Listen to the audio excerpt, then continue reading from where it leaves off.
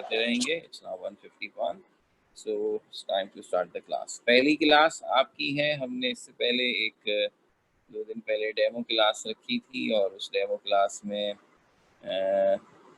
भी कुछ बातें की थी, लेकिन ऑब्वियसली वो इस क्लास के लिए काउंट नहीं होगी। We should go from the beginning, और जितनी भी बातें उस वक्त की थी ज़रा और ज़्यादा तफसील के साथ यहाँ से आपसे डिस्कस करेंगे। और वजह उसकी यही होगी कि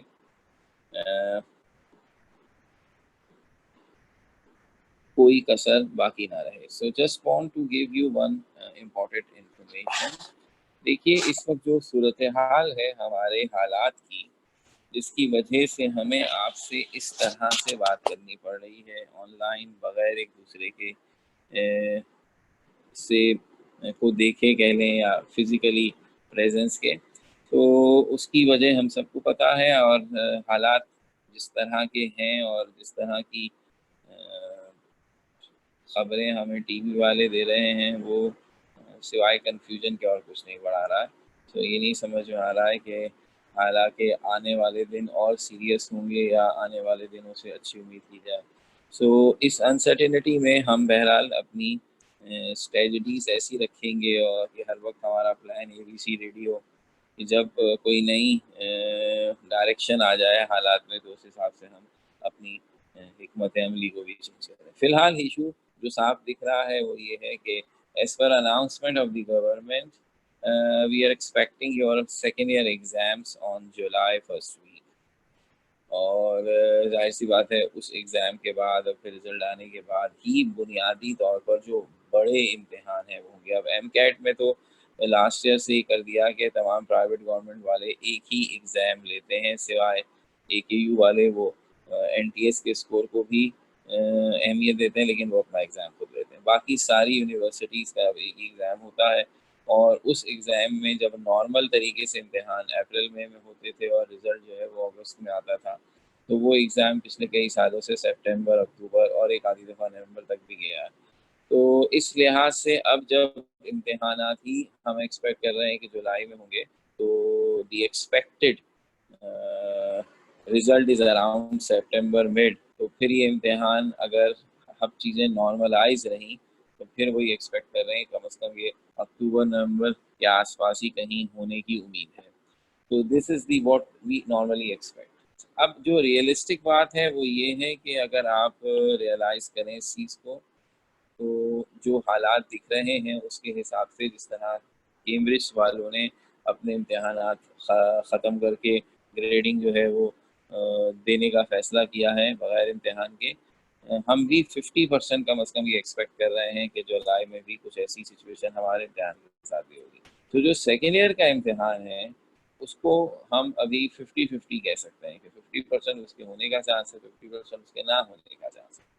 लेकिन जो यूनिवर्सिटी के एग्ज़ाम्स हैं, एंट्री टेस्ट हैं, इनके होने के बारे में 1% भी हमें डाउट नहीं है। ये बड़ी सिंपल सी बात है। अल्लाह ना करे ये सूरत हाल कंटिन्यू रहे अगर, तो ऑब्वियसली यूनिवर्सिटी वाले अपनी क्लासेस तो नहीं शुरू कर सकते। अगर उनका सेशन जनवरी से शुरू होना था, तो there will be no session on January 21। तो वो सेशन जब डेफिनेटली आगे जाएगा, उनके इम्तिहान भी आगे चले जाएंगे। वो चाहे आज से 6 महीने बाद या साल बाद अपना सेशन शुरू करें, वो जब भी सेशन शुरू करेंगे उससे पहले वो आपसे टेस्ट लेंगे। क्योंकि जब आप सेकेंड ईयर देकर यूनिवर्सिटी में एडमिशन के लिए जाते हैं, तो वो आपसे टेस्ट लेते हैं। और अगर अभी सूरत हाल रही और इम्तिहान ना हुए, तो फिर तो वो हर हाल में आपकी टेस्टिंग ज़रूर करेंगे, और ऐसी सूरत में ज़रा टफ टेस्ट भी होगा। इसका मतलब ये है कि सेकेंड ईयर के इम्तिहान होने के चांसेस 50-50% है, और एंट्रेंस टेस्ट होने के चांसेस 100% है। सिर्फ इशू है कब, वो अभी कोई भी नहीं बता सकता, वो खुद भी नहीं बता सकते। तो जब हमें एक इम्तिहान के होने की श्योरिटी है, और जो हमारे लिए सबसे बड़ा हर्डल है हमारे फ्यूचर का, what ever the situation is, तो फिर उस पर हमें हर हाल में बहुत संजीदगी के साथ दाखिल हो जाना चाहिए। इन द मीन टाइम जाहिर सी बात है ये तैयारी के साथ साथ, अगर फ़र्ज़ कर लें इन्हीं दिनों में ये सिचुएशन क्लियर हो गई कि yes your second year exams are definitely be conducting in July, तो फिर हम उस हिसाब से थोड़ी स्ट्रेटजी चेंज करेंगे। अदरवाइज हम इसी तरह चलते रहेंगे। और ये सिचुएशन जो है आपके लिए अगर कोई पॉजिटिव एस्पेक्ट रखती है, तो वो यही है, ये तय हो गया कि इस दफ़ा पहली दफ़ा एंट्रेंस की तैयारी के लिए बच्चों को बहुत अच्छा टाइम मिलेगा। और इस लिहाज से भी टाइम आपके लिए अच्छा है फिलहाल कि कोई और एक्टिविटी नहीं है, तो आप अपने आप को फुली इसमें इंगेज कर सकते हैं। मेक श्योर कि आपका फ्यूचर जो है वो बेहतर से बेहतर अंदाज से सामने आए। तो इसके लिए ये इम्तिहान की तैयारी जो है इस वक्त बहुत आइडियल अंदाज से आपके सामने है। अब ये आपके ऊपर आएगा, आप इससे कितना फ़ायदा उठाते हैं। क्वेश्चन 1 जो मैं इस किस्म की क्लास को शुरू करते वक्त इवन मैंने डॉयमे में भी कहा था, सबसे ज़्यादा इम्पोर्टेंट है मेरे लिए और मैं उठाना चाहता हूँ, वो ये कि क्या हमें एंट्रेंस टेस्ट की तैयारी करनी चाहिए, क्योंकि हमें ये जहन में रखना है। मैं बात कर रहा हूँ केमिस्ट्री की, ठीक है ना। केमिस्ट्री का जो सिलेबस एनटीएस के लिए हमारा बनता है वो बुनियादी तौर पर है फर्स्ट ईयर और सेकेंड ईयर की केमिस्ट्री। हम इसे ये भी कह सकते हैं कि नाइन्थ की केमिस्ट्री, वो मैं इसलिए नहीं लिखता अमूमन कि नाइन्थ में जितने भी टॉपिक्स थे ऑलमोस्ट 90% वो फर्स्ट ईयर और सेकेंड ईयर में और ज़्यादा डिटेल से आ गए। बहुत मामूली सी फ्रैक्शन ऐसे टॉपिक्स की है जो हमने नाइन्थ में पढ़े थे, उसके बाद उनका दोबारा से कहिए रिपीटिशन फर्स्ट ईयर या सेकेंड ईयर में नहीं हो सका। तो एक लिहाज से कहा तो ये जा सकता है कि वो भी हमारा टॉपिक है, लेकिन अमूमन वो लोग उन टॉपिक्स को देते नहीं, तो हम बिल्कुल आखिर में एहतियातन तज़किरा कर लेते हैं। मिसाल के तौर पे नाइन्थ में टॉपिक है एक्सट्रैक्शन ऑफ आयरन का इनऑर्गेनिक में, जो सेकेंड ईयर में नहीं होता। तो एहतियात का तकाजा ये है कि हम ऐसे टॉपिक जो नाइन्थ के भी हों और हमें लगे कि वो करने भी चाहिए, तो ज़रूर उसको भी देखेंगे, लेकिन बेसिक फोकस फर्स्ट ईयर और सेकेंड ईयर है। फर्स्ट ईयर में 8 चैप्टर्स थे और सेकेंड ईयर में 11 चैप्टर हैं। दूसरी इम्पॉर्टेंट तरीन बात, if you are preparing for NTS exam और under the umbrella of Sindh government, तो एक एडवांटेज की बात ये है कि your syllabus is very specific. It is the Sindh text book board book for first year and second year, जिसकी distribution मैंने बताई 8 chapters in first year and 11 chapters in second year.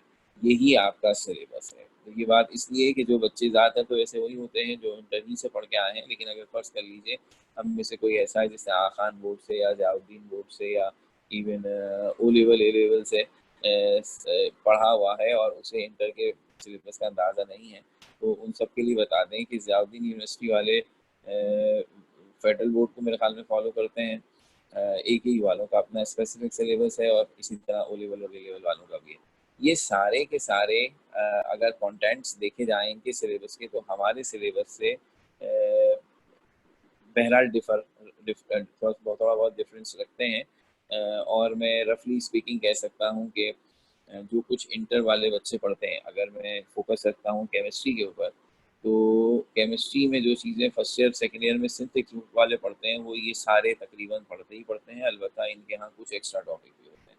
तो अब वो जो extra topic O levels A levels वाले ने पढ़े हुए हैं या आखान बोर्ड वाले ने पढ़े हुए हैं, बहरहाल वो कम अज़ कम सिंध में होने वाले एनटीएस एग्ज़ाम में नहीं आने वाले। इसलिए आपका फ़ोकस अगर आप किसी और बोर्ड से हैं तो इन्हीं बुक्स पर होना चाहिए, और एडवाइस ये है कि जैसे ही जितनी जल्दी मुमकिन हो, अगर इन हालात में ऐसा कोई सिचुएशन निकलती है, तो आपके पास ये दोनों टेक्स्ट बुक ज़रूर हो। इसका सिर्फ ये है फ़ायदा कि आपको ये पता चल जाएगा कि वेल ये है मेरा सिलेबस, मुझे इस जो टॉपिक इस किताब में नहीं है, मुझे उसकी ज़रा भी टेंशन लेने की ज़रूरत नहीं। बुक आपके पास नहीं है, हम पढ़ाएँगे उसी से, इसलिए आप फिर हम पे ट्रस्ट रखेंगे। फ़र्ज़ कर लें आपको नहीं मिलती बुक कि जो कुछ सर पढ़ा रहे हैं बस इससे आगे मुझे नहीं जाना है, और इससे आगे वाले टॉपिक इनकी किताब में चूँकि नहीं है, तो वो कम से कम एनटीएस में नहीं आते हैं। तो हमारा फ़ोकस इस तरह से खुद ब खुद ये बन गया। ये जानना ज़रूरी है कि मुख्तलिफ़ ऐसी किताबें या नेट के सोर्सेज़ जहाँ से आप क्वेश्चन बैंक उठाएँ और प्रैक्टिस करें एमसीक्यूज़ की। तो नॉर्मली फ़र्ज़ कर लें आज मैं भी किताब लिखूँ एमसीक्यूज़ की टू गाइड द स्टूडेंट, कि वही मेरी भी एक बुक छपे, तो मुझे मेरा पब्लिशर पहली नसीहत ही ये करेगा कि भाई आप अपनी किताब में कुएँ के मेंढक मत बनिएगा कि सिर्फ़ सिंध टेक्स्ट बुक बोर्ड की छाप दी। आप ऐसी बुक छापिए जो पूरे पाकिस्तान में चले। ऐसी बात है वो कमर्शियल अंदाज़ से सोचते हैं।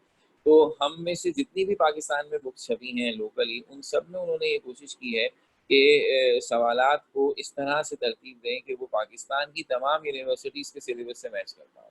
तो इसका मतलब है उसमें वो टॉपिक ज़रूर होंगे जो सिर्फ़ फेडरल बोर्ड में हैं, जो सिर्फ़ फलाँ बोर्ड में हैं। तो अब कराची का बच्चा अगर वो किताब उठाता है तो उसे यकीनन ऐसे सवालात मिलेंगे जो उसके सिलेबस के नहीं हैं। तो that's why he need a guidance. कि भाई मुझे क्या करना है और कहाँ फालतू में टाइम ज़ाया नहीं करना है। तो अब ये जो 19 चैप्टर हैं इनकी तैयारी हमें करनी है, दैट्स द शॉर्ट थिंग। और हमें स्पेसिफिक रहना है अपने सिलेबस से। ये बहुत सेंसिटिव इसलिए फ़ायदा ही है हमें बहरहाल कि इवन जितना हमारे पास ये तकरीबन 20 साल से ज़्यादा का जो तारीख है एनटीएस के इम्तहानात की, उसमें बहुत दफ़ा ऐसा हुआ है कि पेपर में कोई ऐसा क्वेश्चन आया जो सिंध टेक्स्ट बुक बोर्ड की किताब से बाहर था, वो क्वेश्चन कैंसिल किया गया है। ठीक है ना, बड़ा सेंसिटिव होता है, वो बिल्कुल बर्दाश्त नहीं होता, फ़ौरन बात आ जाती है कि हाँ ये देखें ये तो ऐसा सवाल दे दिया जो हमारी किताब की टॉपिक सही नहीं है, उसे वापस करते हैं वो। तो इसलिए आप इसके लिए बिल्कुल इत्मीनान रखेंगे। Our focus is only on these 19 chapters जो हम देखने जा रहे हैं। सेकेंड ईयर अभी ताज़ा हम सब ने पढ़ा है तकरीबन पूरा, और उसकी इम्तहानात की तैयारी भी नोक पलक संवर गई थी उसकी, और तकरीबन होने को थी कि ये सारा इंसिडेंट फैल गया। तो इसमें फिर भी हम थोड़े से ताज़ा हैं, लेकिन ये बहुत पुरानी चीज़ें हैं। इसलिए मेरी ख्वाहिश ये होती है कि ज़्यादा टाइम फर्स्ट ईयर को दिया जाए, और उसकी दो वजूहात भी हैं कि सेकेंड ईयर के टॉपिक एक तो अभी हमने पढ़े हैं, और दूसरा इनके टॉपिक्स में ख़ास तौर पर इनऑर्गेनिक जैसे टॉपिक में कॉन्सेप्चुअल चीज़ें नहीं हैं। न्यूमेरिकल तो पूरे सेकेंड ईयर में एक भी नहीं है। इस तरह ये जो चीज़ें होती हैं समझने वाली, ये ज़्यादातर फर्स्ट ईयर में है। तो इसलिए ज़्यादा वक्त उसको दिया जाए, क्योंकि पुराना पढ़ा हुआ भी है, ज़्यादातर बच्चों को याद भी नहीं होगा, इसलिए इस पे ज़्यादा फोकस होगा। फिर जैसा कि हमने अपने हर क्लास में ये बताने की कोशिश की है कि आपको भी इस बात का अंदाज़ा हो how you should prepare yourself for multiple choice question. It's entirely a different thing. ये बिल्कुल इसी तरह मैं बड़ी छोटी सी एक मिसाल देता हूँ, आपको ये समझ में आए कि अगर मैंने थ्योरी बहुत अच्छे तरीके से पढ़ी है और कॉन्सेप्ट लेकर पढ़ी है, तो मैं खास तौर पर उसी सिलेबस को एमसीक्यूज के लिए दोबारा से क्यों पढूं। मुझे अगर थ्योरी अच्छी आती है मैं तो कर लूँगा एमसीक्यू, ये बहुत अच्छा ख्याल है ऐसा। लेकिन मैं इसकी मिसाल देता हूँ कि आखिर इसमें क्या गड़बड़ होती है। वो गड़बड़ ये है कि हम सब, मेरे ख्याल में हम सब बहुत अच्छी तरह क्रिकेट से तो वाकिफ ही हैं, और अब हमें ये भी अंदाज़ा है कि क्रिकेट जो है वो 3 बड़े एरियाज़ में डिस्ट्रीब्यूट हुई है। टेस्ट क्रिकेट, वनडे क्रिकेट और टी20 क्रिकेट, जिसमें टी20 और टेस्ट क्रिकेट एक दूसरे के बहुत ही अपोजिट समझे जाते हैं। और मेरा ख्याल है ये कल हम सबको खेली तो उसमें क्रिकेट ही जाती है ना भाई, वही रूल्स होते हैं। लेकिन बात सारी क्या है कि जो खिलाड़ी टी20 का नंबर 1 प्लेयर है, वो टेस्ट टीम का हिस्सा ही नहीं होता। जो टेस्ट प्लेयर्स में नंबर 1 है वो उसको अभी टी20 नहीं खिलाते, क्योंकि हमारा ख्याल है इन दोनों गेम्स के लिए बहुत डिफरेंट अप्रोच चाहिए, और बहुत ही कम ऐसे खिलाड़ी होते हैं जो इतने वर्सटाइल हों कि उन्हें हर तर्ज की क्रिकेट में कंसीडर किया जाए। अब ऐसे खिलाड़ी हैं मगर बहुत ही कम है। ज़्यादातर हर मुल्क की टी20 की टीम में जो खिलाड़ी होते हैं वो उनकी टेस्ट क्रिकेट की टीम में नहीं होते हैं। हालांकि गेम एक ही है, लेकिन उन गेम्स को खेलने की जो अप्रोच है वो इतनी डिफरेंट है कि एक ही खिलाड़ी के बस की बात नहीं है। और अगर कोई ऐसा चाहे तो उसे उसके लिए स्पेशली अपने आप को ट्रेन करना पड़ेगा, स्किल्स का इस्तेमाल करना पड़ेगा। यही हम भी कहते हैं। थ्योरी का एग्ज़ाम एक अलग चीज़ है और एमसीक्यूज़ का एग्ज़ाम एक अलग चीज़ है, जिसके लिए हमें अलग से प्रिपेयर होने और प्रैक्टिस करने की बहुत अशद ज़रूरत है। तो इसी का अंदाज़ा आपको देते हैं कि हम जब ये प्रिपरेशन करते हैं, तो मैंने हर दफ़ा ये बताने की कोशिश की है कि टोटल 3 अंदाज़ के क्वेश्चंस हैं जिनसे आपका एमसीक्यूज़ में पाला पड़ता है, जिनको हम लेवल 1, लेवल 2 या कैटेगरी 1, कैटेगरी 2 कहते हैं। तो लेवल 1 के लिए हम लफ्ज़ इस्तेमाल करते हैं कि ये फैक्चुअल है।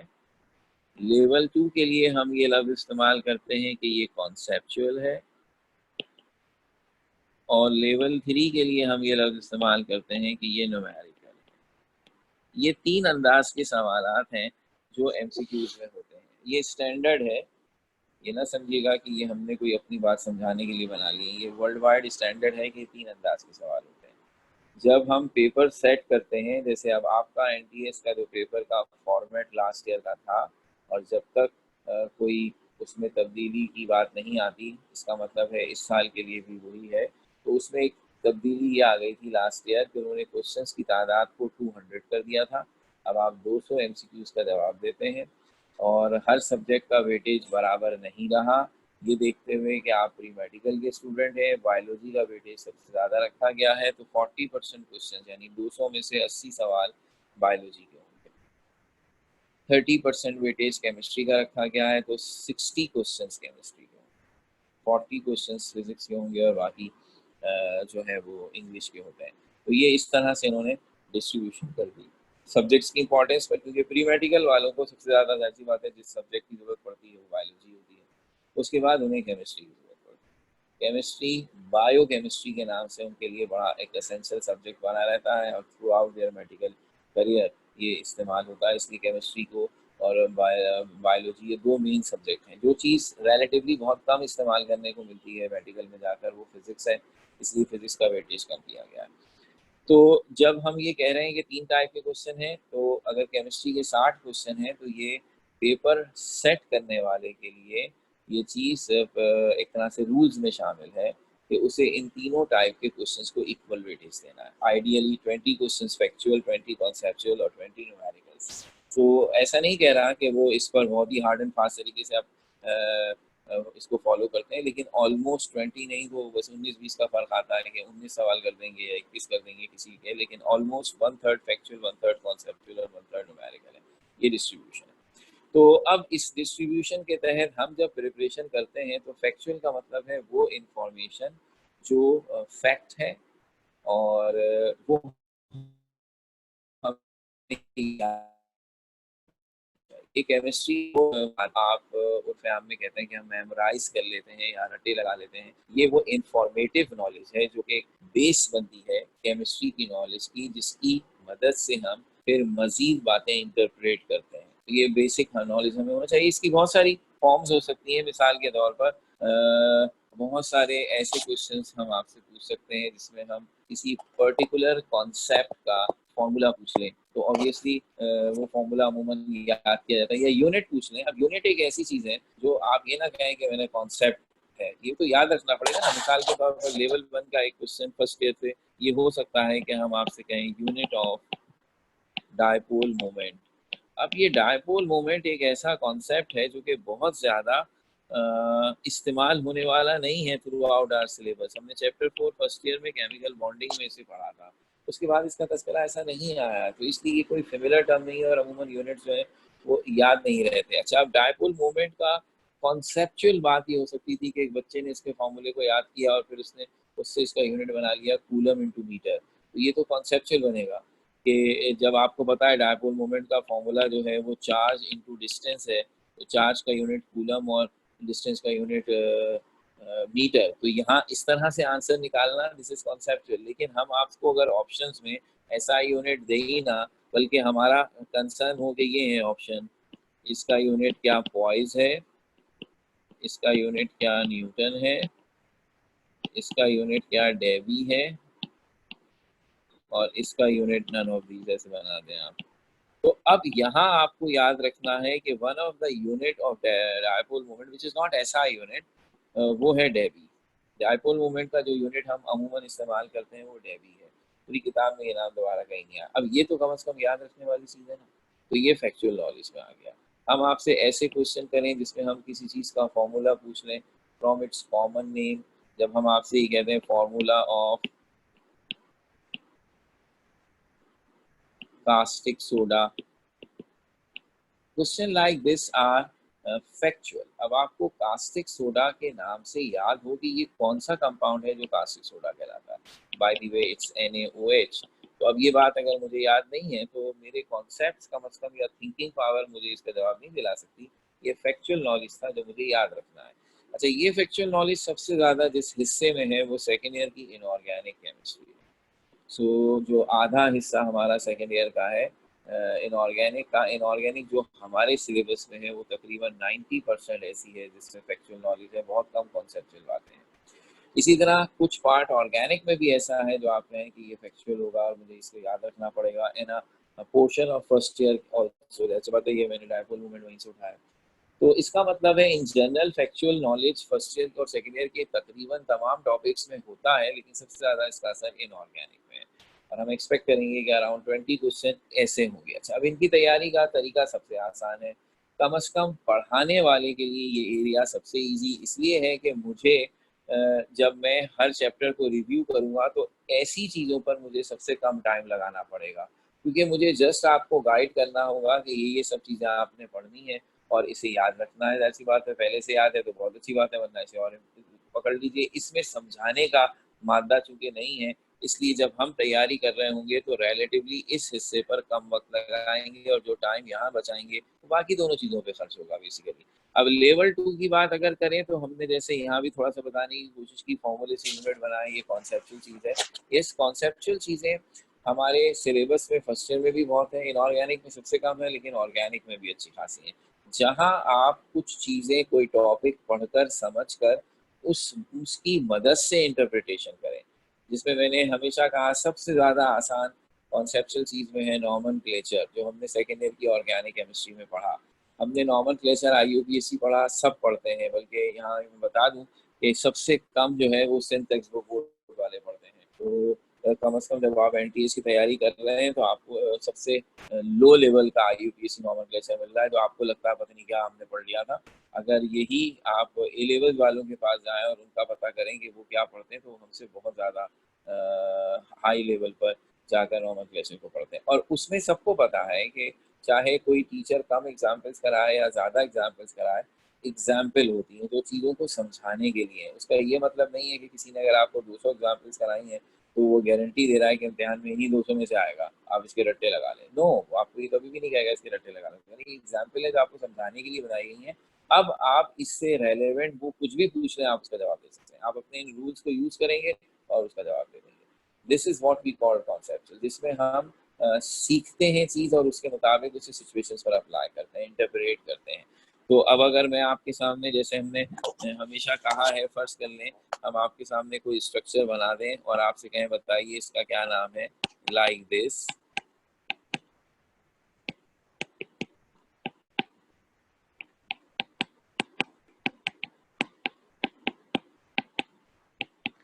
तो अब जिस बच्चे ने चीज़ों को समझा हुआ है वो ये रियलाइज़ करेगा कि सर ये जो आपने बनाया है इसके आखिर में जो ये COOH है, इससे मुझे पता चल गया ये कार्बोक्सिलिक एसिड है और इसके टोटल कार्बन जो हैं वो नज़र आ रहे हैं कि वो 5 हैं।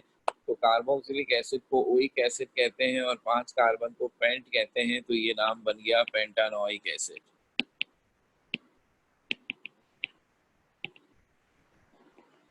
और अगर ये पेंटानोइक एसिड है तो इसके साथ ये एक CH3 ब्रांच लगी हुई है चौथे कार्बन पर, so we gonna call it 4 methyl pentanoic acid.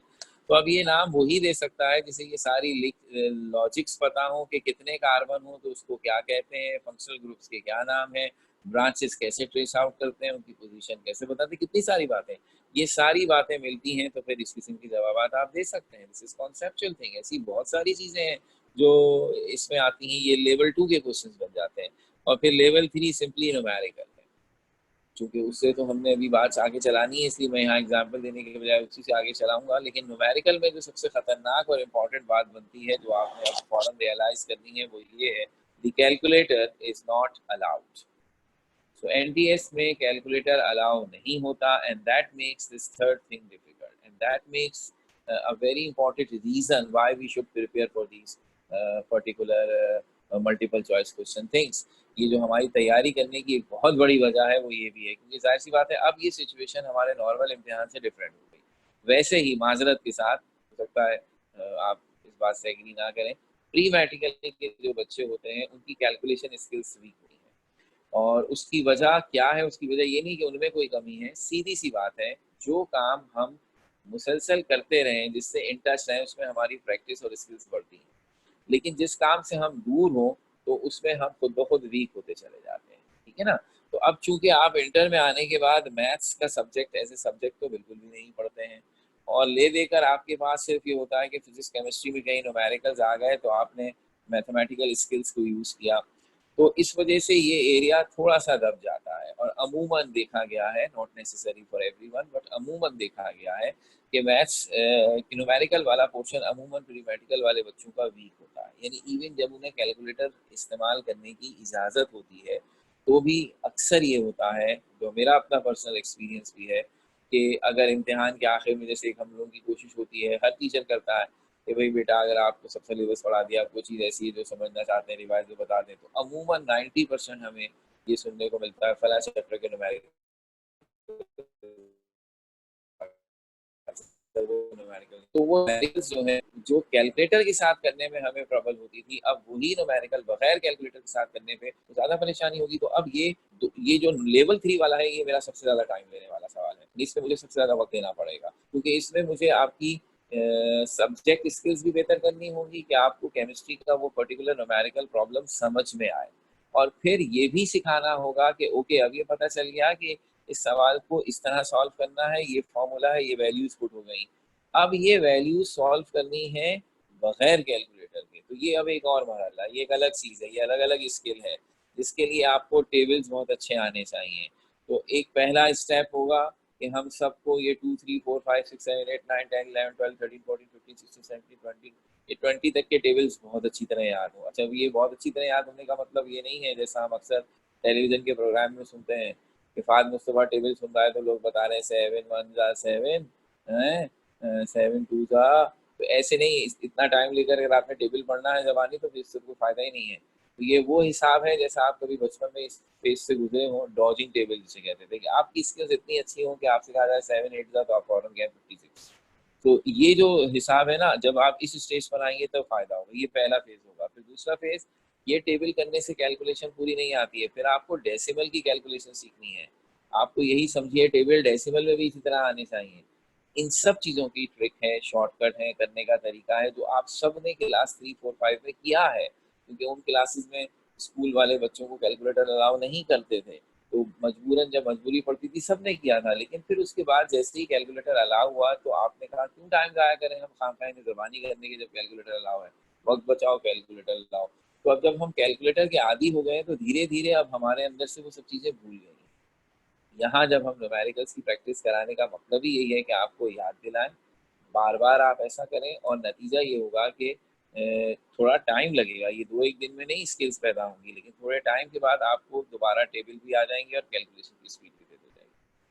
कुछ बच्चों को लगता है ये फालतू कर दिया, ये क्या बात हुई, जब कैलकुलेटर होता है तो अलाउ कर देना, खामखा की मुसीबत डाल दी हम पर। तो मैं आपको बताऊं कि कैलकुलेटर ने जहाँ चीज़ों को आसान किया है, वहाँ हमारे साथ थोड़ा जुल्म किया है। ये सही है कि उससे हम चीज़ें कैलकुलेट कर देते हैं, लेकिन हमें खुद कुछ नहीं आता है, बहुत बुरा लगता है। ये हम चीज़ें हम देखते हैं हर साल क्लासों में, तो इसलिए बुरा लगता है कि 2+2 करने के लिए भी बच्चा अगर कैलकुलेटर उठा रहा हो, तो ये कोई अच्छी चीज़ नहीं है। उसको चीज़ें कैलकुलेशन खुद से भी आनी चाहिए, जहाँ ज़रूरत हो वहाँ कैलकुलेटर यूज़ हो गया, लेकिन उसे खुद भी आना चाहिए। ये इस बात से आप समझिए कि ओ लेवल्स में मैथ्स का एक पूरा पेपर बच्चे करते हैं जिसमें उन्हें कैलकुलेटर अलाउ नहीं होता।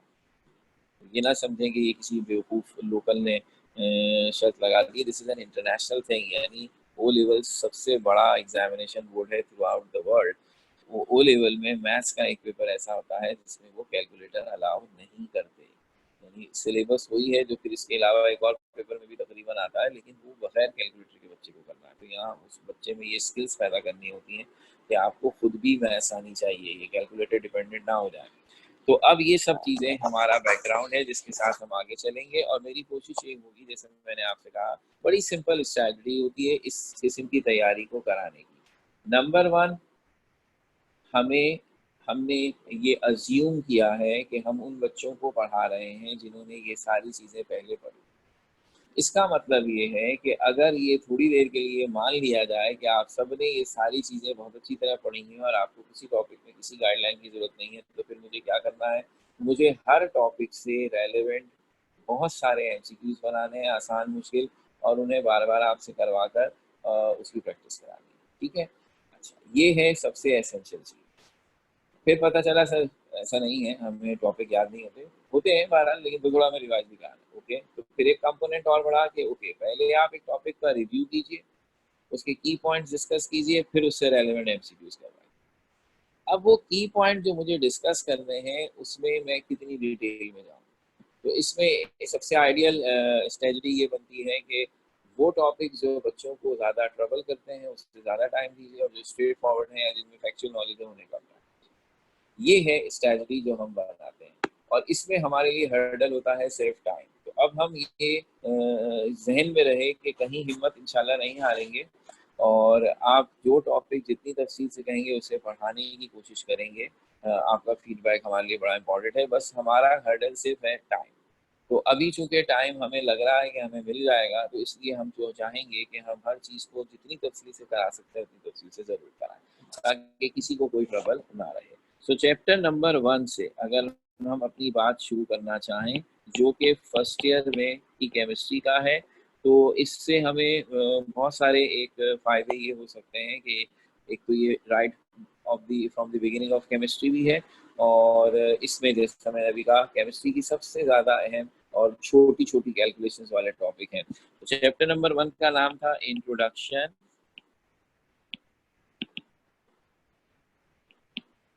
To the fundamental concepts of chemistry. और केमिस्ट्री के बारे में तो मेरे ख्याल में हम सबको पता है कि chemistry is simply study of matter, और matter is simply anything which has mass and occupies space। तो इसका मतलब है केमिस्ट्री हर उस चीज को पढ़ने का नाम है जिसका नाम है मैटर, जिसमें कुछ मास है और जो कुछ वॉल्यूम ऑक्यूपाई करता है। बस सीधी सी बात हो गई। अभी जो मैटर हमारी पूरी दुनिया में मौजूद है, ये पूरी दुनिया में जो मैटर मौजूद है, इसका हिसाब किताब क्या बन रहा है, ये केमिस्ट्री का टॉपिक है। ये केमिस्ट्री वाले चाहेंगे कि इनके बारे में पढ़ें। तो इस मैटर को बहुत तरीकों से क्लासिफाई किया जाता है पढ़ाने की नीयत से, जिसमें से एक आसान सी क्लासिफिकेशन यूँ बनती है कि मैटर में बी प्योर और मैटर में बी इम्प्योर। प्योर मैटर जो है इट में बी एलिमेंट और इट में बी कंपाउंड, जबकि इम्प्योर मैटर जो है it is only called mixture, and that mixture is made up of element और compound और both। यानी एलिमेंट और एलिमेंट का भी मिक्सचर हो सकता है, कंपाउंड और कंपाउंड का भी मिक्सचर हो सकता है, और एलिमेंट और कंपाउंड का भी मिक्सचर हो सकता है। तो ये मिक्सचर भी असल में एलिमेंट और कंपाउंड से ही मिलकर बना है, मेड अप ऑफ एलिमेंट्स और कंपाउंड्स और बोथ। तो मिक्सचर एलिमेंट्स का भी होता है, मिक्सचर कंपाउंड्स का भी होता है, मिक्सचर एलिमेंट और कंपाउंड दोनों का भी होता है। इससे हमें ये अंदाजा दिलाना था कि असल में हमारी दुनिया में जितना भी मैटर मौजूद है वो अपने कैरेक्टरिस्टिक्स के हिसाब से या तो एलिमेंट है या कंपाउंड। प्योर हालत में भी हो सकता है और इम्प्योर यानी मिक्सचर की हालत में हो सकता है, लेकिन मिक्सचर भी होगा तो भी उसके अंदर एलिमेंट या कंपाउंड ही होंगे, और प्योर है तो भी वो एलिमेंट या कंपाउंड। तो फिर हमें किनको पढ़ना चाहिए? एलिमेंट और कंपाउंड को। तो पहले ये समझें कि क्या होता है एलिमेंट, कैसे होता है, फिर कंपाउंड कैसे बनता है, फिर अब वो प्योर हालत में हो तो वो क्या है, मिक्सचर की हालत में हो तो क्या है। So the basic focus in chemistry should be element and there compounds. तो अगर मैं आपसे कहूँ ओके, इस बात से कंटिन्यू करते हुए हम पहली बात ये कर लें कि should have a very good idea about the definition of elements. तो एलिमेंट्स के बारे में जो दो इम्पोर्टेंट तरीन बातें आप याद रख सकते हैं एज ए डेफिनेशन कह लीजिए। तो पहली बात है simplest form of matter which cannot be made more simpler than itself।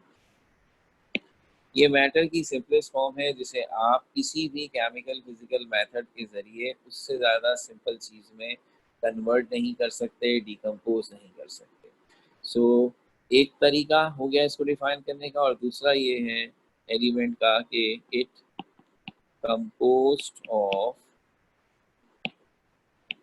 Atoms of same type, और सेम टाइप का मतलब है same atomic number. So this is very important definition for elements के एलिमेंट मैटर की simple form है, और simple form से मुराद ये है कि ऐसी चीज़ जिससे ज़्यादा सिंपल चीज़ एग्जिस्ट नहीं करती या जिसके मज़ीद कोई कंपोनेंट्स नहीं हो सकते। ठीक है ना? हम अगर फ़र्ज़ कर लीजिए दुनिया में मौजूद मुख्तलिफ़ चीज़ों को उठाते जाएँ और फिर उन पर अपनी तमाम नून साइंस अप्लाई करें, हीट करें उन्हें, उनमें से बिजली के झटके गुजारें, उन्हें हैमरिंग करके तोड़ने की कोशिश करें और देखें क्या उनके कोई कंपोनेंट्स हैं।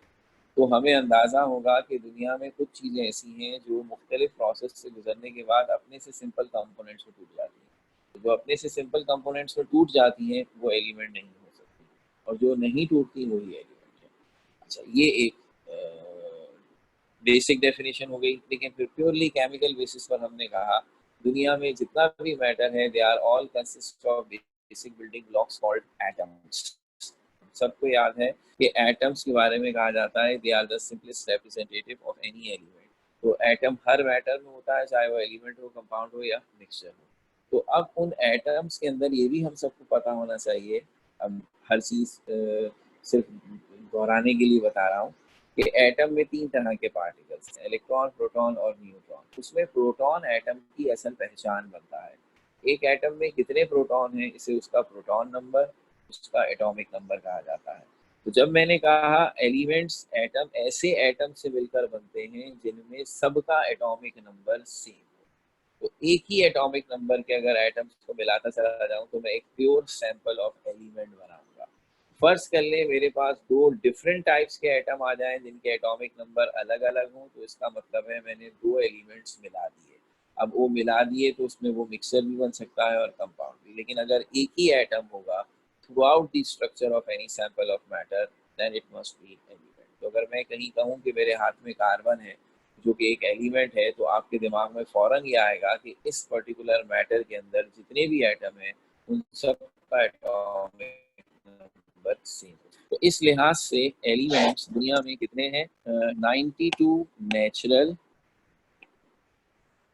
और तकरीबन 26 आर्टिफिशियल। सेकेंड ईयर में हम ये बात बहुत पढ़ते थे और टोटल हो गए 180। अब यहाँ थोड़ी सी मैंने मालूमात अपनी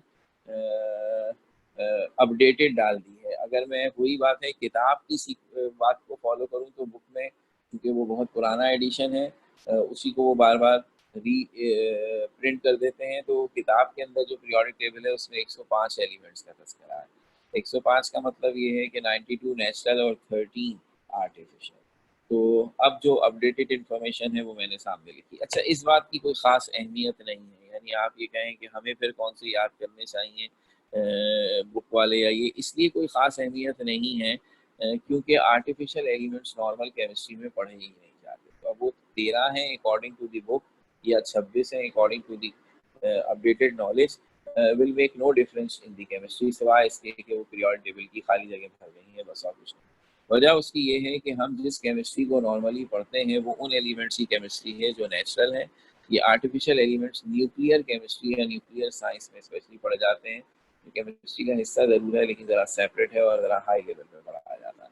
इसलिए हमारा सारा फोकस 92 नेचुरल एलिमेंट्स पर है जो एटम से मिलकर बने हैं और ऐसे एटम जिनमें सेम एटॉमिक नंबर है। तो हर एलिमेंट का एक स्पेसिफिक एटॉमिक नंबर है जो उसकी पहचान है। तो हर एलिमेंट हम रिप्रेजेंट करते हैं सिंबल से। सिंबल का मतलब है शॉर्ट फॉर्म ऑफ एलिमेंट्स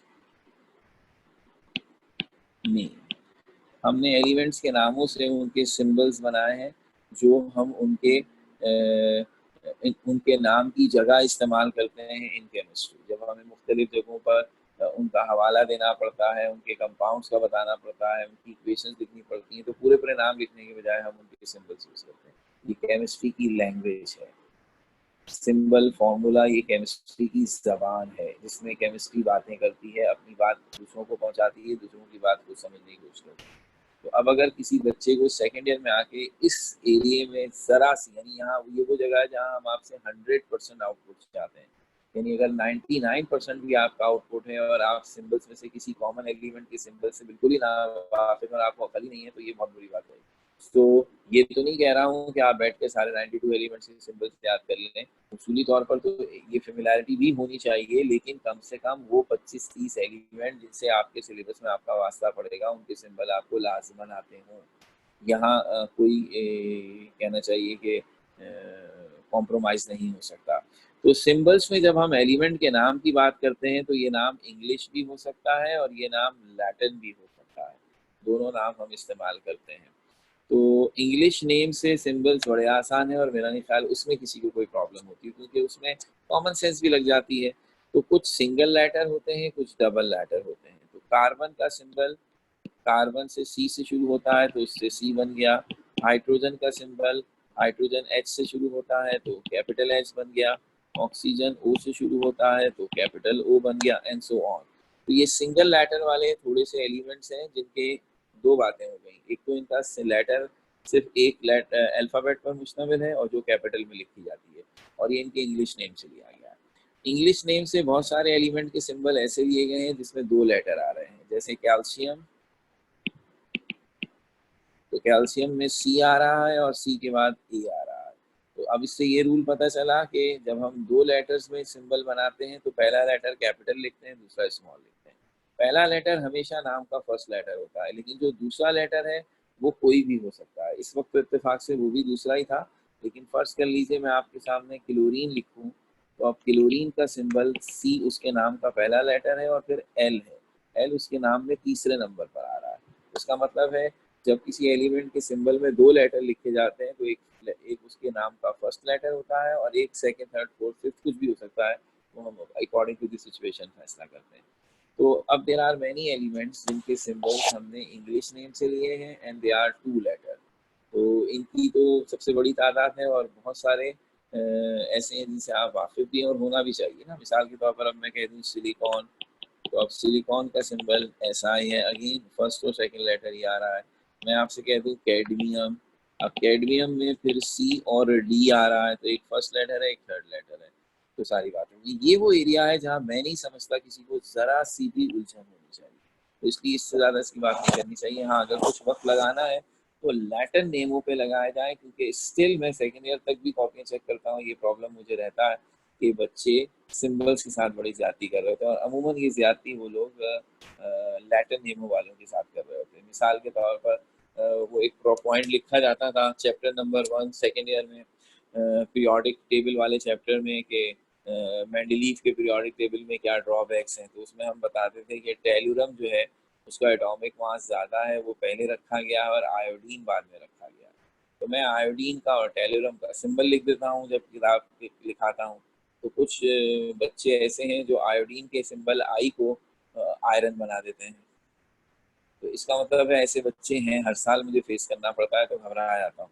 इसी तरह एक छोटी सी बात और है, मिसाल के तौर पर ये जो इंग्लिश नेम है ना, इसमें मैं एक नाम बनाऊँ मैग्नीज। ये एक ऐसा एलिमेंट है जो बड़ा कॉमन है और हम इसे काफ़ी यूज़ करते हैं, खासतौर पर फर्स्ट ईयर में KMnO4 आ गया था, तो उसमें मैग्नीज होता है। तो मैग्नीज का सिंबल कैपिटल M और उसके बाद स्मॉल n है। अब प्रॉब्लम ये है कि बच्चे जो है, इतनी बात जोड़ दे के कह रहा हूँ, आप कहेंगे क्या है, तो 9th में पढ़ते थे। ये इसीलिए कह रहा हूँ कि ये अभी भी हमारा बच्चा इसको नहीं रियलाइज कर पाता। जब मैं आपसे कह रहा हूँ सिंबल लिखते वक्त पहला लेटर कैपिटल और दूसरा स्मॉल, और फिर उसके बाद मैं क्या देखता हूँ, बच्चे कॉपियों में लिख रहे होते हैं मैग्नीज को MN ऐसे। ये एक ऐसी चीज है जो आपको बहुत ज्यादा नुकसान पहुंचाती है। ये कभी भी आप सिंबल ऐसे नहीं लिखेंगे। केमिस्ट्री वाले जो हैं नजर में आग लग जाती है जब वो क्लोरीन को ऐसे लिख के भी देखेंगे सी भी कैपिटल और एल भी कैपिटल है, तो ऐसा नहीं चलेगा। इसलिए ये छोटी छोटी सी बातों का ख्याल रखना जरूरी है। लैटिन नेम में सबसे ज्यादा मशहूर बात है पोटाशियम। अब पोटेशियम बहुत ही कॉमन एलिमेंट है और उसका सिंबल हम लिखते हैं कि कोई सर पैर ही नहीं नजर आता कि पूरे नाम की स्पेलिंग में क्या नहीं है। तो इसकी वजह यह है कि इसका नाम, इसका सिंबल इसके लैटिन नेम से लिया गया है जो केलियम है। अब हम इसे पुकारते पोटेशियम है इंग्लिश नेम से पूरी केमिस्ट्री में, ठीक है ना। कहीं आपको नहीं लिखा हुआ मिलेगा, कहीं आया पोटेशियम नाइट्रेट तो आप कहते हैं केलियम नाइट्रेट। हालांकि अगर आप केलियम नाइट्रेट कहते हैं तो केमिस्ट्री वालों को कोई बुरा नहीं लग रहा, कुछ ही नाम है ये। लेकिन जो चीज यूज जिसके हम यूज टू हैं, मैं वो बात कर रहा हूँ, तो हम उसका नाम पोटेशियम क्लोराइड ही लेते हैं। और पोटेशियम में जब पोटेशियम कहते हैं तो अक्सर बच्चे अपनी झोंक में गलती कर जाते हैं कि इसका सिंबल पी होगा या PO बना देंगे, ये के है फ्रॉम केलियम। इसी तरह टंगस्टन इस लिहाज से बड़ा इंपॉर्टेंट एलिमेंट है। कि ये सबसे ज़्यादा मेल्टिंग पॉइंट रखने वाला एलिमेंट है और बल्ब्स के फिलामेंट में इस्तेमाल होता है, लेकिन बहरहाल इतना कॉमन नहीं है जिसकी केमिस्ट्री हम इतनी ज़्यादा पढ़ें। तो जब हम इसका सिंबल W लिखते हैं तो थोड़ी हैरत होती है, क्योंकि इसका लैटिन नेम है वुल्फ्रैम। तो ये वो दो एलिमेंट हैं जिनके सिंबल सिंगल लेटर हैं और वो उनके लैटिन नेम से दिए गए हैं। और इसी तरह के जो डबल लेटर्स में भी आ जाते हैं, उसमें सबसे मशहूर आयरन है जिसकी मैंने अभी बात की, इसका सिंबल Fe है क्योंकि इसका लैटिन नेम है फीरम।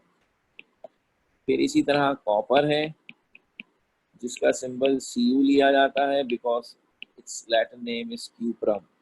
फिर तीसरा लेड है जिसका सिंबल Pb लिया जाता है बिकॉज इट्स प्लम्बम।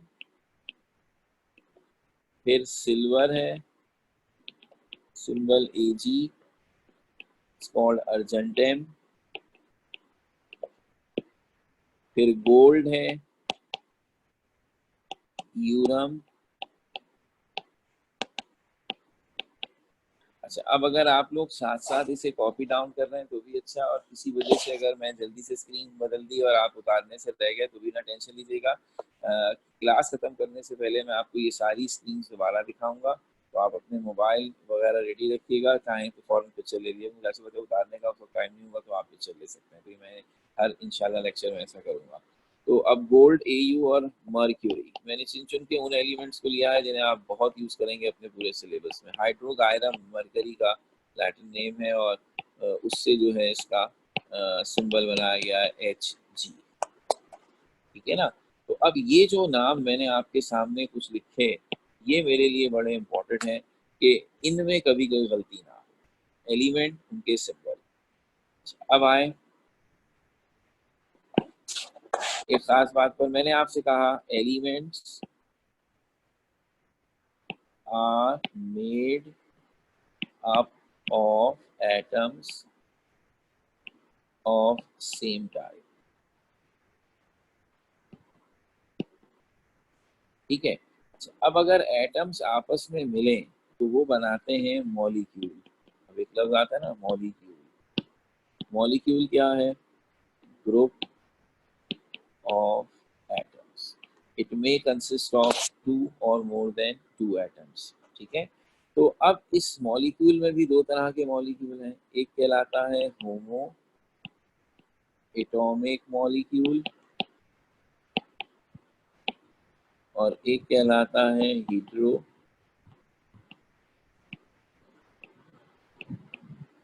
हम होमो एटॉमिक मॉलिक्यूल और हीट्रो एटॉमिक मॉलिक्यूल भी कहते हैं और होमो न्यूक्लियर और हीट्रो न्यूक्लियर भी कहते हैं। होमो का मतलब सेम, तो इसका मतलब होता है मॉलिक्यूल ऑफ सेम एटम्स। और अगर मैं होमो एटॉमिक की जगह, जैसे मैंने कहा दूसरा लफ्ज इस्तेमाल होता है होमो न्यूक्लियर, तो इसका मतलब होगा मॉलिक्यूल विद सेम न्यूक्लियस। और हीट्रो का मतलब होगा डिफरेंट। इसका क्या मतलब है? मॉलिक्यूल बनाने के लिए आपको कम से कम 2 एटम्स जोड़ने हैं। अगर फर्ज कर लीजिए वो दोनों एटम्स एक ही एलिमेंट के हों, यानी दोनों एटम्स का न्यूक्लियस एक ही जैसा हो, तो वो होमो एटॉमिक या होमो न्यूक्लियर कहलाएंगे। मसलन मॉलिक्यूल ऑफ हाइड्रोजन, तो हम यूँ लिखते हैं H2। अब ये मॉलिक्यूल तो है क्योंकि इसमें हाइड्रोजन के 2 एटम्स ने ग्रुप बनाया है, लेकिन वो दोनों एटम्स चूंकि एक ही एलिमेंट के हैं, हाइड्रोजन के ही हैं, तो ये मॉलिक्यूल है मगर किसका? एलिमेंट का। तो ये होमो एटॉमिक कहलाएगा। हेट्रो एटॉमिक का मतलब है 2 ऐसे एटम्स का मॉलिक्यूल जो अलग अलग एलिमेंट्स के हों। तो HCl एक मॉलिक्यूल है लेकिन ये कंपाउंड का मॉलिक्यूल है because it contains 2 different elements. 2 बातें पता चल गई। पहली बात, मॉलिक्यूल बनेगा जब भी आपके पास 2 या 2 से ज्यादा एटम्स होंगे। दूसरी बात, अगर वो एटम्स एक ही एलिमेंट के होंगे तो वो मॉलिक्यूल एलिमेंट का मॉलिक्यूल है, अगर वो अलग अलग एलिमेंट्स के होंगे तो वो कंपाउंड का मॉलिक्यूल है। दूसरी बात आपको ये पता चल रही है कि अगर आपके पास 2 अलग अलग एलिमेंट्स के एटम आपस में मिल जाएं तो कंपाउंड बनता है। तो यहाँ मॉलिक्यूल के साथ साथ कंपाउंड की डेफिनेशन भी आ गई। तो ये है एलिमेंट्स का मॉलिक्यूल और ये है कंपाउंड का मॉलिक्यूल। यहीं से अब हमें अगली बात पर जाना चाहिए कि व्हाट इज कंपाउंड सर। अब कंपाउंड अकेला नहीं आएगा, उसके साथ मिक्सचर भी आएगा। तो कंपाउंड है, it is form by the chemical combination of two or more elements. और मिक्सचर है, it is formed by the combination of two or more, by the combination of what type of combination? Physical combination of two or more elements. तो सारी बात ये बन गई कि दोनों में दो या दो से ज़्यादा एलिमेंट्स हो सकते हैं, लेकिन सारा फर्क है फिजिकल कॉम्बिनेशन और केमिकल कॉम्बिनेशन। तो फिजिकल कॉम्बिनेशन और केमिकल कॉम्बिनेशन का फर्क क्या है वो हम यहाँ पे लिख सकते हैं। इन mixture components retain their original properties and no new substance is formed। यानी मिक्सचर में जो एलिमेंट्स आपस में मिल रहे हैं मिक्सचर बनाने के लिए फिजिकल कॉम्बिनेशन करके, तो फिजिकल कॉम्बिनेशन की पहचान ये है कि फिजिकली मिलने वाली चीज़ें अपनी आइडेंटिटी को बरकरार रखती हैं, अपनी प्रॉपर्टीज़ को रिटेन रखती हैं और आपस में मिलकर अपनी प्रॉपर्टीज़ को डैमेज नहीं करती और कोई नया कैरेक्टर क्रिएट नहीं करती। इसका मतलब है मिक्सचर जब बनता है तो जो चीज़ें मिलाई जाएंगी मिक्सचर की खूबियाँ उन्हीं चीज़ों की कंबाइन खूबियाँ होंगी। मिसाल के तौर पर आप पानी का गिलास लेते हैं, उसमें नमक डाल देते हैं, नमक पानी में मिक्स होता है, उससे रिएक्शन नहीं करता। तो अब जब आप पानी पीते हैं तो आपको पानी के जायके में नमक का जायका मिलता है, हालांकि नमक पानी में जाके जब डिजॉल्व होता है तो गायब हो जाता है, नज़र भी नहीं आ रहा होता। हमें लगे पता नहीं कुछ हो गया हो, कुछ नहीं हुआ, वो नमक पानी में गया है और अब वो इतने छोटे पार्टिकल्स में टूट गया है कि आपको नजर नहीं आ रहा, लेकिन है नमक ही, उसने अपने आप को तब्दील नहीं किया। सबूत क्या है? आप उस पानी को पीते हैं, आपको नमकीन पानी लगता है, आप फौरन बता देते हैं आपने इसमें नमक डाला है। अगर ये केमिकल कॉम्बिनेशन होता तो नमक अपनी कैरेक्टरिस्टिक्स खत्म कर देता, वो अब नमकीन जायका नहीं देता, वो कोई और चीज बन जाता। तो इसका मतलब है मिक्सचर की निशानी है कि मिक्सचर बनाने वाले जैसे थे वैसे ही रहते हैं और अपने आप को चेंज नहीं करते, और कंपाउंड बनाने वाले जैसे थे वैसे नहीं रहते और बिल्कुल नई खूबियों वाली नई चीज बना लेते हैं। तो इन compounds elements lost their original properties and formed new substance with new properties।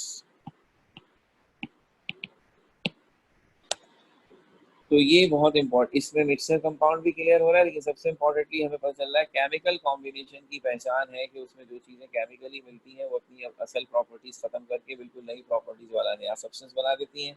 Mixer में ऐसा नहीं होता। अब इसका मतलब ये हुआ कि अब अगर मैं एक इमेजिनेशन लाऊं, बड़ा ज़रूरी है ये, तो वो इमेजिनेशन मुझे ये कहती है कि फ़र्ज़ कर लें अल्लाह ताला ने मुझे ऐसी आंखें दे दी कि मुझे हर चीज़ को मैं देखता हूँ तो मुझे एटम नज़र आने लगते हैं। फ़र्ज़ कर लें, तो फिर हम क्या देखेंगे? अगर मैं किसी एलिमेंट को देखूंगा तो मुझे नज़र आएगा कि the element composed of atoms of same type, उसमें जितने भी एटम हैं वो सारे एक जैसे होंगे। सिर्फ अपना टाइम बचाने के लिए मैं एटम्स के दरमियान डिस्टेंस दिखा रहा हूँ, क्योंकि फिलहाल मैं ये सॉलिड लिक्विड गैस के चक्कर में नहीं पड़ना चाह रहा, लेकिन ये एक ऐसा ये स्केच है जिसमें सारे एटम्स एक जैसी शक्ल के गोल गोल बना दिए हैं। तो आप कहेंगे this must be an element, क्योंकि इसके सारे एटम डायग्रामेटिकली ऐसे लग रहे हैं कि वो एक जैसे हैं। अब मिक्सचर और कंपाउंड में पहली शर्त ये है कि दो तरह के एटम्स होंगे कम से कम, एक में फिजिकल कॉम्बिनेशन है, एक में केमिकल। तो केमिकल कॉम्बिनेशन की एक और पहचान ये है कि उसमें एटम एक दूसरे के साथ फिक्स रेशो में मिलते हैं। अगर आप दो एलिमेंट्स को केमिकली कंबाइन कर रहे हैं तो इसका मतलब आप उन दोनों एलिमेंट्स के एटम्स को आपस में कंबाइन करेंगे एक ही रेशो के साथ, थ्रू आउट वो एक ही अंदाज से मिलेंगे। मिसाल के तौर पर एक कंपाउंड में ऐसा हो सकता है कि दो एलिमेंट हो और दोनों के एक एक एटम आपस में मिलकर दो एटम वाला मॉलिक्यूल बना दे, या हो सकता है एक एलिमेंट के दो एटम हो, एक एलिमेंट का एक, जैसे मिसाल के तौर पर HCl एक मॉलिक्यूल है जिसमें एक एटम हाइड्रोजन होता है, एक एटम Cl होता है। वाटर एक कंपाउंड का मॉलिक्यूल है जिसमें दो एलिमेंट हैं, एक ऑक्सीजन और एक हाइड्रोजन, और रेशो क्या है 2:1, हाइड्रोजन के दो एटम होंगे, ऑक्सीजन का एक। So what ever the ratio is वो फिक्स होगा, और मिक्सचर में ऐसा कुछ नहीं होगा। तो अब अगर मैं इमेजिन करना चाहूँ तो मैंने कहा फर्स्ट कर ले मैं HCl के लिए मॉलिक्यूल इमेजिन करूँ तो मैं ऐसे बनाऊंगा। तो अब आपके पास मैसेज क्या जा रहा है, आपके पास जा रहा है कि सर ने दो एटम्स वाले मॉलिक्यूल्स बनाए हैं और उन दोनों में हर जगह पर एक ही जैसा कॉम्बिनेशन है कि एक छोटा एटम है एक बड़ा एटम है। मैंने हाइड्रोजन को छोटा और क्लोरीन को बड़ा, साइज में डिफरेंस करके मैंने आपको ये मैसेज देने की कोशिश की है कि इस पर्टिकुलर सब्सटेंस में दो अलग अलग टाइप के आइटम्स हैं। जब दो अलग अलग टाइप के आइटम्स हैं तो ये एलिमेंट नहीं हो सकता, क्योंकि वो दोनों अलग अलग टाइप के आइटम बिल्कुल एक ही अंदाज से थ्रू आउट मिले हुए हैं फिक्स कंपोजिशन के साथ। That's why it is compound. अगर एक सब्सटेंस में दो अलग अलग टाइप के आइटम हो मगर वो रैंडमली डिस्ट्रीब्यूटेड हो, उनके दरमियान कोई कनेक्शन फिक्स रेशियो ना हो, इस तरह हो, ये एक टाइप का आइटम है इस सब्सटेंस में और ये दूसरी टाइप का, ना आपस में जुड़े हुए हैं और ना ही इनका आपस में कोई रेशियो बिल्डअप हो रहा है, बिल्कुल रैंडम तरीके से दोनों मिले हुए हैं, तो दिस इज कॉल्ड मिक्सचर। तो ये जो होता है ना कॉन्सेप्ट, सोचने का अंदाज, ये बड़ा इंपॉर्टेंट है कि आपको अंदाजा हो कि जब हम एलिमेंट कह रहे हैं तो उससे मुराद इस किस्म की कोई चीज़ होगी, जब हम कंपाउंड कह रहे हैं तो इस किस्म की कोई चीज़ होगी, और जब मिक्सचर कह रहे हैं तो इस किस्म की कोई चीज़ होगी। अब जब ये तय हो गया कि मिक्सचर में चूंकि कोई केमिकल कॉम्बिनेशन नहीं हुआ है, एटम्स एक दूसरे के साथ किसी फिक्स रेशो में नहीं मिले हैं, तो मिक्सचर्स को हम केमिकल अंदाज से या साइंटिफिक अंदाज से एक्सप्रेस नहीं करते। उनके लिए हमें इस तरह बताना पड़ता है, मिक्सचर ऑफ फला एंड फला, मिल्क और वाटर, सॉल्ट और शुगर। यानी हम इसका मिक्सचर का कोई कंबाइंड सिंबल या फॉर्मूला नहीं होता, हम सिंपली इंग्लिश में लिख देते हैं फला और फला चीज का सिंबल, ठीक है ना। तो इसलिए इधर अभी फिलहाल बात नहीं होगी, अब बात होगी कंपाउंड की। इनके लिए तो आपने बना दिए थे सिंबल, कंपाउंड्स के लिए हम बनाते हैं फॉर्मूला। और फॉर्मूले का काम क्या होगा, ये बताना होगा कि इसमें कौन कौन से एलिमेंट हैं जिन्होंने ये कंपाउंड बनाया, क्योंकि कंपाउंड बनाने के लिए कम से कम दो एलिमेंट्स का होना जरूरी है, और इनमें एटम्स एक दूसरे से किस अंदाज से मिले हैं, यानी एक मॉलिक्यूल बनाने में कितने कितने एटम्स ने हिस्सा लिया, ये इंफॉर्मेशन फॉर्मूला देगा। और यही हमारी अगली बात होगी, एलिमेंट की बात हो गई, तीनों की बेसिक डेफिनेशन हो गई। अब हम चाहते हैं आपको बताना व्हाट इज फॉर्मूला। तो अब फॉर्मूला जो है, हम सब सिमिलर हैं इन नामों से, दो तरह का होता है, एक कहलाता है एम्पिरिकल फॉर्मूला और एक कहलाता है मॉलिक्यूलर फॉर्मूला। दोनों फॉर्मूले हैं, एक एम्पिरिकल एक मॉलिक्यूलर, तो व्हाट इज द डिफरेंस। हमने कहा चूंकि दोनों फॉर्मूले हैं तो दोनों में कोई बात कॉमन भी होगी और फिर दोनों में कोई बात डिफरेंट भी होगी। तो कॉमन बात ये है कि दोनों ये बताते हैं कि nature of elements in compound, दोनों यानी इंपीरिकल फॉर्मूला और मॉलिक्यूलर फॉर्मूला दोनों हमारे लिए एक काम लाजमन करेंगे कि वो ये बताएंगे कि हमारे कंपाउंड में कौन कौन से एलिमेंट्स मौजूद हैं। ये बात तय है कि कंपाउंड में कम से कम दो एलिमेंट तो लाजमन होंगे, तो वो कौन है, ठीक है ना। एक एलिमेंट वाला तो नहीं कंपाउंड हो सकता, कंपाउंड की डेफिनेशन ये है कि द कॉम्बिनेशन ऑफ टू और मोर देन टू एलिमेंट। तो पहली ये इंफॉर्मेशन तो दोनों ने देनी, इसलिए दोनों फॉर्मूले हैं। अब इसके बाद वाली इंफॉर्मेशन में दोनों गड़बड़ कर रहे हैं। इंपीरिकल फॉर्मूला बताएगा simple ratio of atoms in compound in molecule of compound. और ये बताएगा actual number of atoms of different elements in molecule of compound. यानी एक हमें फुल इंफॉर्मेशन दे रहा है और एक थोड़े इशारों का नाम में बात कर रहा है। मिसाल के तौर पर इस एग्जाम्पल से अगर देखें, बड़ा मशहूर कंपाउंड था बेंजीन। बेंजीन का अगर मैं मॉलिक्यूलर फॉर्मूला लिखूं तो वो बनता है C6H6। क्या बता रहा है? बेंजीन एक कंपाउंड है जिसमें कार्बन और हाइड्रोजन है, और इस कंपाउंड में हर मॉलिक्यूल के अंदर 6 कार्बन के आइटम है, 6 हाइड्रोजन के आइटम है। टोटल 12 आइटम्स का ग्रुप यहाँ मॉलिक्यूल बनाता है। 6 कार्बन के होते हैं, 6 हाइड्रोजन के। तो हमें पूरी इंफॉर्मेशन मॉलिक्यूलर फॉर्मूले में दी कि हमारा कंपाउंड किन किन एटम से मिलकर बना, किन एलिमेंट्स के एटम से मिलकर बना है, कार्बन हाइड्रोजन, और एक मॉलिक्यूल में क्या कॉम्बिनेशन है, how many atoms get together to form a group. तो total 12 atoms get together, 6 carbon 6 hydrogen. लेकिन यही इंफॉर्मेशन जब एम्पिरिकल फॉर्मूले वाला देता है तो वो आपसे कहता है the empirical formula of benzene is CH, which shows कि it's a compound of carbon and hydrogen, okay, but in this particular compound the ratio of the atoms between carbon and hydrogen is equal, that is 1 to 1। जिसका मतलब ये जितने carbon के atom होंगे उतने ही hydrogen के atom होंगे, इनकी तादाद बराबर है। अच्छा, अब बराबर से ये तो नहीं पता चल रहा ना कि 6 है। बराबर से तो एक बच्चा ये भी कह सकता है, हो सकता है इस कंपाउंड के में 2 कार्बन हो, 2 हाइड्रोजन हो, तो भी इंपीरिकल फॉर्मूला CH बनता है। 3 हाइड्रोजन हो, 3 कार्बन हो, 4 कार्बन हो, 4 हाइड्रोजन हो, 5 कार्बन हो, 5 हाइड्रोजन हो। सो इसका मतलब है इस पर्टिकुलर अप्रोच या इस पर्टिकुलर इंफॉर्मेशन से मुझे कंपाउंड के बारे में ज़रा कम इंफॉर्मेशन मिल रही है और इससे ज़रा ज़्यादा इंफॉर्मेशन मिल रही है। अच्छा, ये ना कहिएगा कि मॉलिक्यूलर फॉर्मूले से कंपाउंड की कंप्लीट आइडेंटिफिकेशन हो रही है और एम्पिरिकल से नहीं हो रही। हम ऐसा जुमला फर्स्ट ईयर में कह देते थे, लेकिन अब नहीं कहेंगे। कंप्लीट का क्या मतलब? C6H6 कह देने से नहीं पता चल जाता कि पक्का पक्का बेंजीन ही है। आप सबको पता है आइसोमेरिज्म भी होता है। There are compounds with same molecular formula.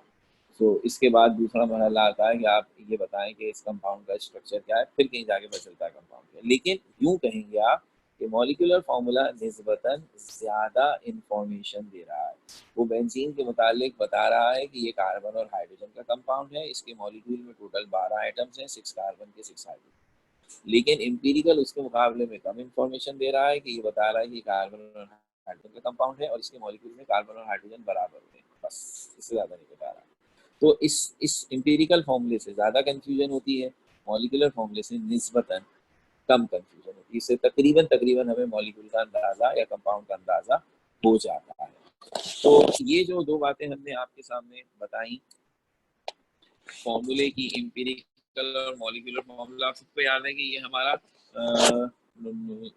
Numerical का बड़ा अच्छा टॉपिक था। लेकिन अभी हम इसे न्यूमेरिकल के दर्स में नहीं, अभी तो हम इसकी थ्योरी डिस्कस करना चाहते हैं। न्यूमेरिकल के लिए हमें पहले कुछ और फंडामेंटल चीज़ों का तस्करा करना ज़रूरी है। तो ये बात इससे ही तय हो गई कि एम्पिरिकल फार्मूला बहुत सारे कंपाउंड्स का सेम हो सकता है।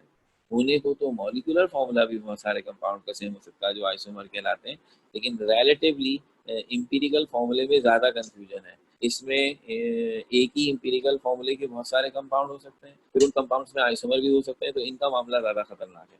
तो ये बेसिक इन्फॉर्मेशन हमने आपको दी। अब क्विकली एक छोटी सी आखिरी बात और देख लें ताकि फिर हम बेसिक न्यूमेरिकल्स कराएं। हमें पता है, याद है, इस पहले चैप्टर में जो टॉपिक्स थे उसमें mole Avogadro's number, empirical molecular formula, chemical stoichiometry और सिग्निफिकेंट फिगर्स हैं। तो अब ये जो सब बैकग्राउंड हम पढ़ रहे हैं, ये उन सारी बातों का बेस बनाने के लिए पढ़ रहे हैं। तो अब एक टर्म और आ गई और वो है atomic mass. Atomic mass simply है मास ऑफ एटम और इसका यूनिट होता है एटॉमिक मास यूनिट, जिसको आप कहते हैं ए। क्योंकि एटम का मास इंतहाई इंतहाई इंतहाई इंतहाई इंतहाई छोटा है, तो उसके लिए फिर नॉर्मल यूनिट्स यूज नहीं होते, स्पेशल यूनिट यूज होता है। अच्छा, एटॉमिक मास हर एलिमेंट का एक स्पेसिफिक एटॉमिक मास है और इसी की मदद से फिर हम इसका मॉलिक्यूलर मास निकालते हैं, मोल एवोगैड्रोस नंबर की कैलकुलेशन करते हैं वगैरह वगैरह। ये एटॉमिक मास हमें क्वेश्चंस में गिवन होते हैं, इसलिए ऐसा कुछ भी नहीं है, ना ही इससे परेशान होना है कि हमें बैठ के इसके रट्टे लगाने, ये हर हाल में हमें गिवन होंगे। उनमें से चंद का तस्करा मैं यहाँ सिर्फ इसलिए कर रहा हूँ ताकि अगर आपके पास हो तो जब हम सवालात करें तो आपको बार बार पूछने की जरूरत ना हो। तो बस ये चाहता हूँ कि एहतियातन कुछ बहुत ही कॉमन किस्म के एलिमेंट्स अगर हमें याद भी हो तो हमारा वक्त बच जाएगा, लेकिन हमें क्वेश्चन में ही गिवन होंगे। जैसे हाइड्रोजन 1 है, कार्बन 12 है, नाइट्रोजन 14 है, ऑक्सीजन 16 है, फ्लोरीन 19 है। ये चंद एलिमेंट्स हैं जिनके एटॉमिक मास बहुत ही ज़्यादा कॉमनली यूज होते हैं, इसलिए हमें इनके बारे में अंदाज़ा हो। Like sodium 23, magnesium 24, aluminium